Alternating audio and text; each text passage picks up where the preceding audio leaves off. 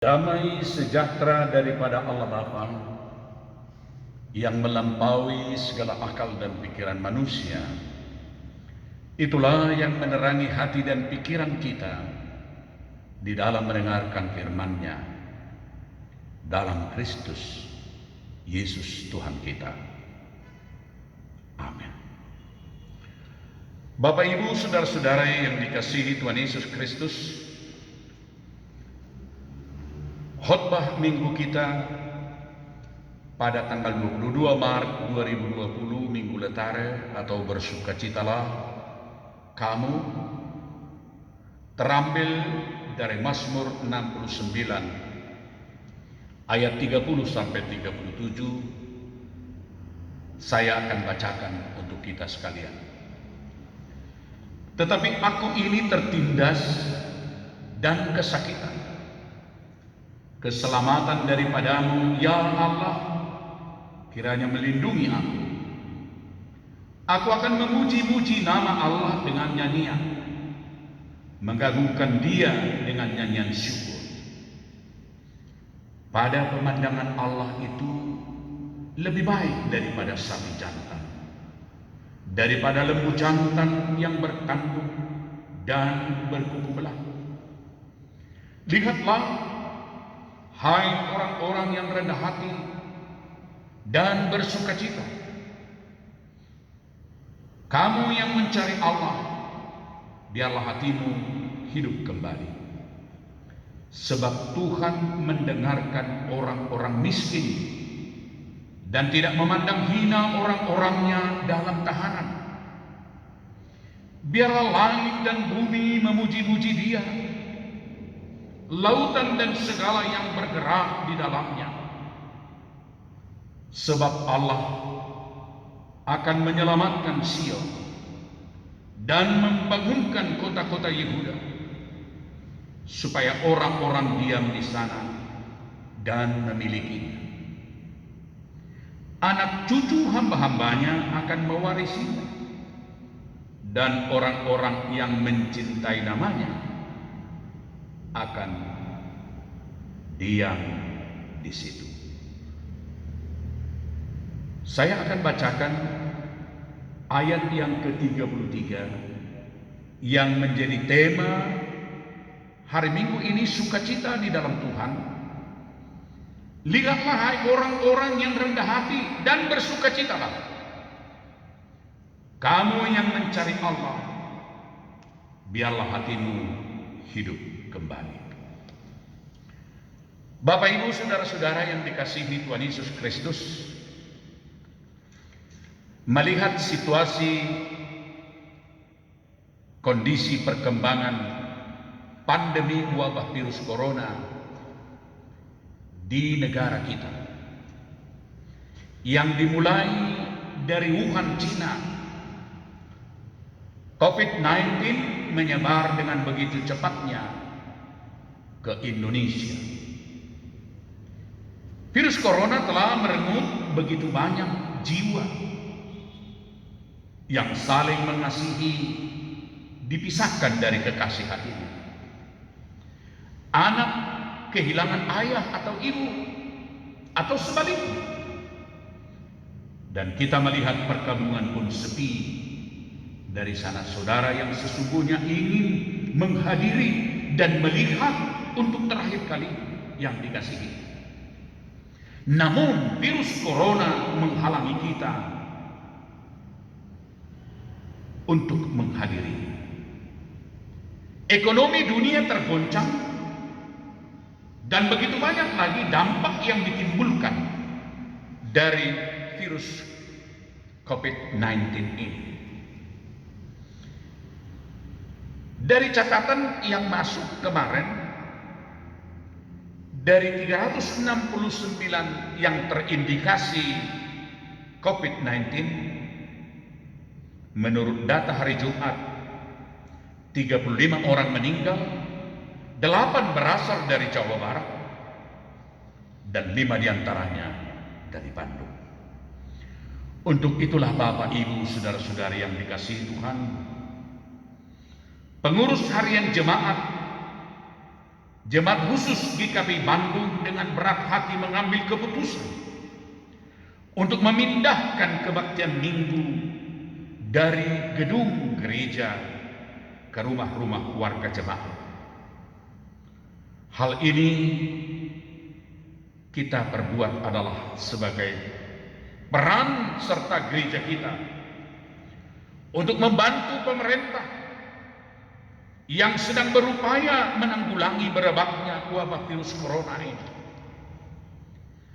dan memutus mata rantai penyebarannya.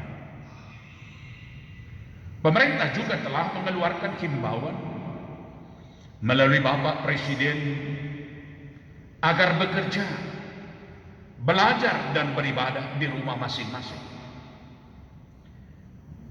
Untuk itu, saya sebagai pendeta memohon agar keputusan yang kita ambil ini dapat kita terima dan dapat kita laksanakan bersama dengan tetap menjaga semangat kesatuan. Mari kita pupuk kebersamaan kita di tengah-tengah keluarga masing-masing agar kita semakin erat dan hidup tetap dalam doa. Jangan panik,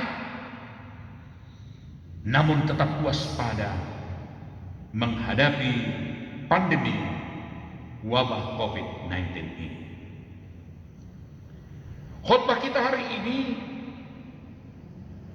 memohon kepada kita agar bersukacita di dalam Tuhan. Saudara-saudara yang dikasihi Tuhan, mungkin ada yang bertanya, bagaimana kita mungkin bersukacita di dalam situasi ketakutan didera wabah virus corona 19 ini? Paulus berkata dalam Filipi 4 ayat 4, bersukacitalah senantiasa dalam Tuhan. Sekali lagi kukatakan, bersukacitalah. Bersukacita dalam Tuhan. Hal ini bahkan diulangnya 2 kali. Mengapa kita harus bersukacita dalam Tuhan? Karena manusia sering lupa untuk bersukacita dan mengucap syukur. Apapun yang terjadi dalam hidup kita, kita harus memiliki sukacita itu sebagai orang-orang percaya. Karena sukacita itu sangat penting, dan sukacita harus menjadi gaya hidup sehari-hari bagi kita.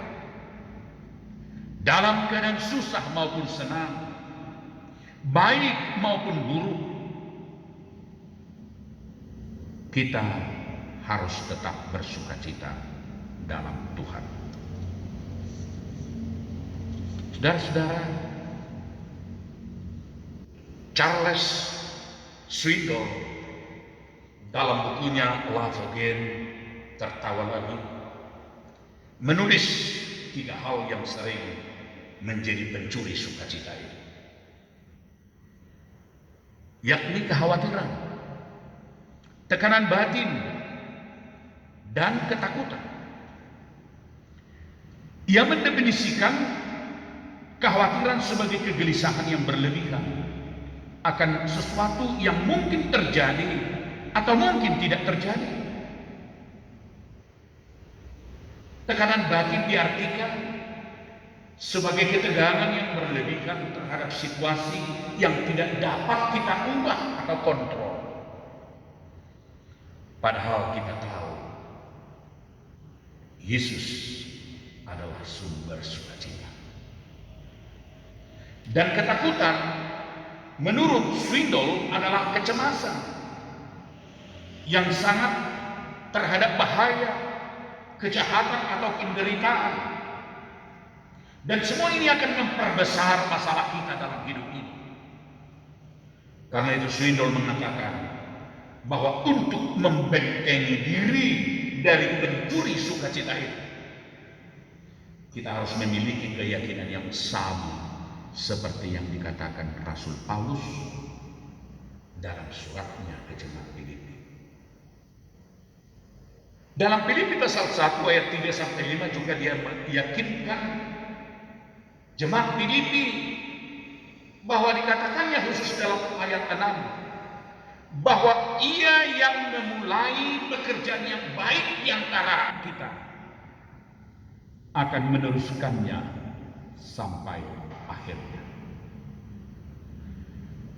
Apapun yang membuat kita saudara-saudara khawatir, tertekan dan ketakutan, tidak dapat menghalangi Allah untuk terus bekerja dalam hidup kita. Kita dapat hidup dengan keyakinan bahwa Dia mengatur segalanya. Kita dapat memasrahkan segala kehidupan kita kepadanya. Karena itu mari bentengi dirimu dari pencuri sukacita itu dengan memperbaharui keyakinanmu kepada Allah setiap pagi. Lalu tenangkan hatimu dan tetaplah bersukacita.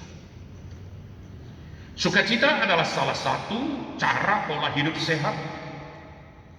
Karena hati yang gembira adalah obat yang manjur. Tetapi semangat yang patah akan mengeringkan Tuhan. Amsal 17 ayat 22. Orang yang mempunyai hati yang gembira pasti ada sukacita. Dan orang yang bersukacita pasti mempunyai semangat hidup. Tebarkanlah senyummu antara bapak, ibu, anak-anak, antara anak terhadap bapak dan ibu, dalam suasana yang tentram di rumah kita masing-masing.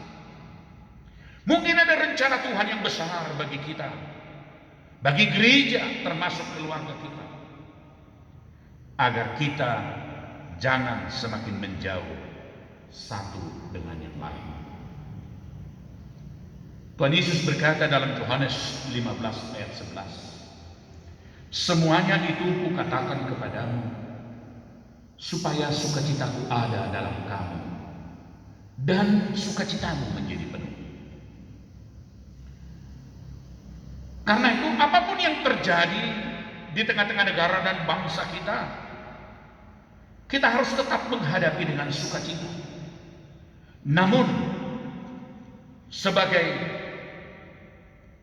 bangsa, sebagai masyarakat, sebagai gereja, kita harus tunduk kepada pemerintah yang memimpin kita, di mana pemerintah telah menginstruksikan, baik melalui presiden, baik melalui gubernur, wali kota, bahkan persekutuan gereja di Indonesia dan persekutuan gereja wilayah Jawa Barat yang didukung oleh seluruh pendeta-pendeta, pimpinan-pimpinan gereja di Bandung, agar kita memindahkan kebaktian dari gedung gereja ke rumah masing-masing. Bukan berarti kita takut, tetapi bagaimana sukacita itu bisa kita kembangkan di tengah-tengah kehidupan kita, agar hubungan yang intim di tengah-tengah keluarga dapat kembali kita bangun. Saat keluarga dapat berkebaktian bersama di rumah, membangun hubungan yang intim dengan Tuhan, curhat pada Tuhan melalui doa, permohonan dengan ucapan syukur. Dan saat inilah kita perbuat untuk mengevaluasi diri, dan kita semakin mencintainya dalam hidup ini. Nats kita dari Mazmur berbicara juga kepada kita, di mana pemazmur mengalami penderitaan yang begitu keras dan sikap musuh yang sangat tidak manusiawi. Pemazmur patah hati dan putus asa, belas kasihan yang dinantikannya sia-sia, dan dalam segala kesesakan ia tidak menemukan penghibur. Orang-orang yang diharapkan justru menyerang dan mengancam hidupnya. Ia dikejar dan disakiti musuh-musuhnya.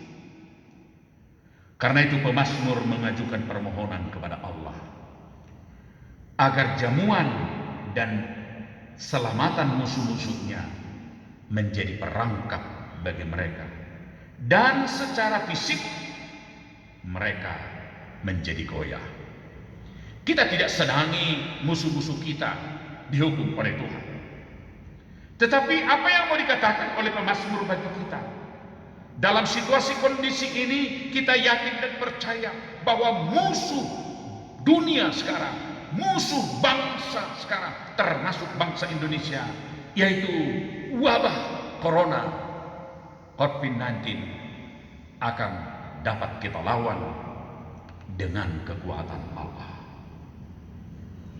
Sebagaimana pemazmur memohon, menumpahkan amarahnya kepada teman-temannya. Mari kita tumpahkan amarah kita kepada peristiwa yang terjadi ini.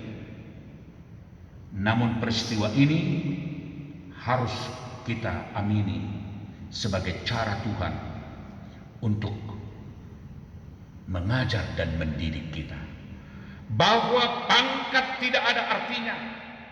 Sebagaimanapun kekayaanmu tidak dapat mengubah apa yang terjadi ini. Berarti kekayaan tidak berarti sama sekali. Jabatan tidak berarti jika kita sudah diserang COVID-19 ini. Tetapi kita yakin dan percaya bahwa di dalam Yesus ada sukacita, di dalam Yesus ada penghiburan sejati, di dalam Yesus ada kesembuhan. Mari kita serahkan hidup kita kepada Yesus. Dalam segala ketertindasannya, pemazmur meyakini bahwa Allah mengenal situasi. Dia tahu bagaimana kehidupannya.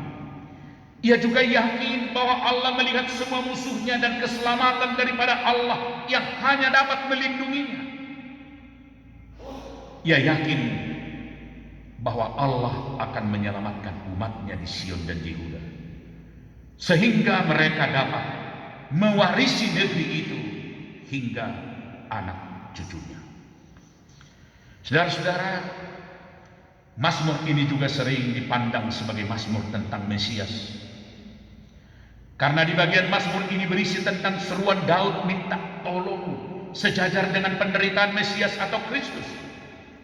Mereka yang membenci Daud serupa dengan mereka yang membenci Kristus. Seperti dinyatakan pada ayat 5. Orang-orang yang membenci aku tanpa alasan lebih banyak daripada rambut di kepalaku.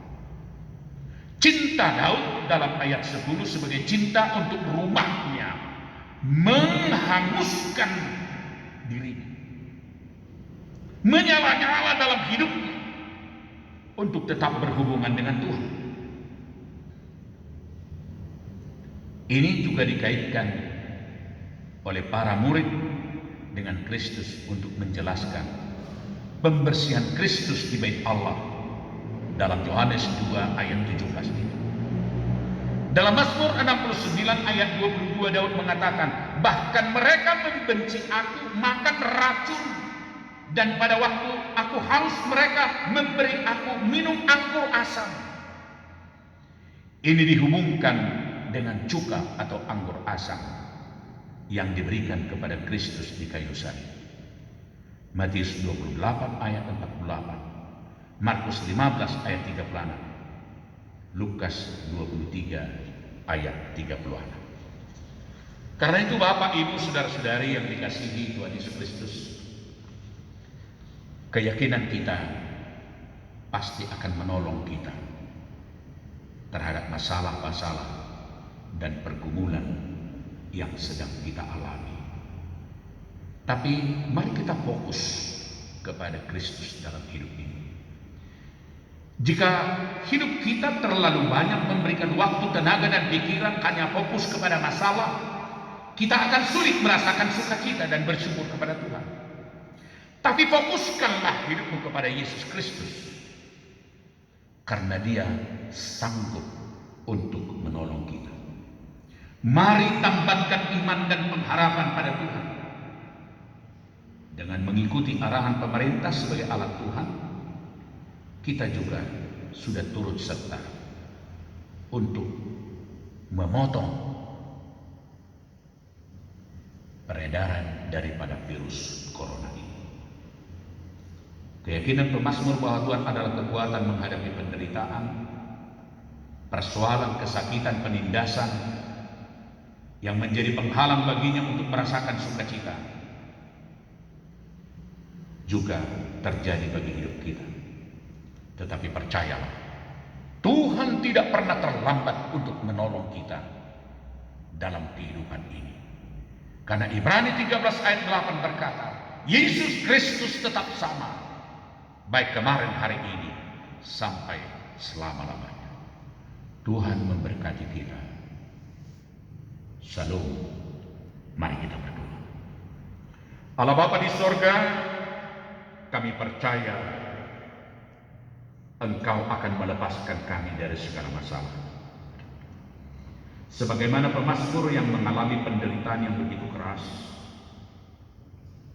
sikap musuh yang sangat tidak manusiawi, sehingga ia patah hati, putus asa, di mana belas kasihan yang dinantikannya sia-sia. Namun akhirnya dia mengambil kesimpulan bahwa hanya Allah yang sanggup menolongnya. Kami percaya Tuhan bahwa Yesus Kristus akan menolong kami, menolong pemerintah kami, dari mulai Bapak Presiden sampai ke jajaran yang paling bawah, agar mereka dapat berbuat yang terbaik untuk masyarakat bangsa kami dan persatukan bangsa kami, Bapak, untuk tetap mendukung program pemerintah dalam memutus wabah corona ini. Bagaimana kami juga benar-benar turut serta menolong mereka, menolong pemerintah untuk membantu mereka yang sedang berupaya menanggulangi merebaknya wabah virus corona ini. Kami juga warga jemaat GKP turut serta di dalamnya. Kami saling bahu-membahu untuk menolong pemerintah melalui doa, pengharapan, dan cinta kasih. Kami percaya Tuhan dengan peran serta yang kami lakukan ini, pemerintah kami semakin terdorong, semakin kuat untuk melaksanakan tugas-tugas mereka. Biarlah himbauan pemerintah dapat dilaksanakan oleh seluruh gereja-gereja, bahkan masyarakat Indonesia ini. Dan biarlah keputusan ini dapat kami terima, bukan semakin menjauhkan kami dari itu. Karena firman-Mu berkata bahwa Allah ada bersemayam dalam hati kami masing-masing, dalam rumah tangga kami masing-masing. Berkati seluruh keluarga-keluarga satu persatu yang melaksanakan kebaktian hari ini. Di dalam Yesus kami sambut sukacita ini.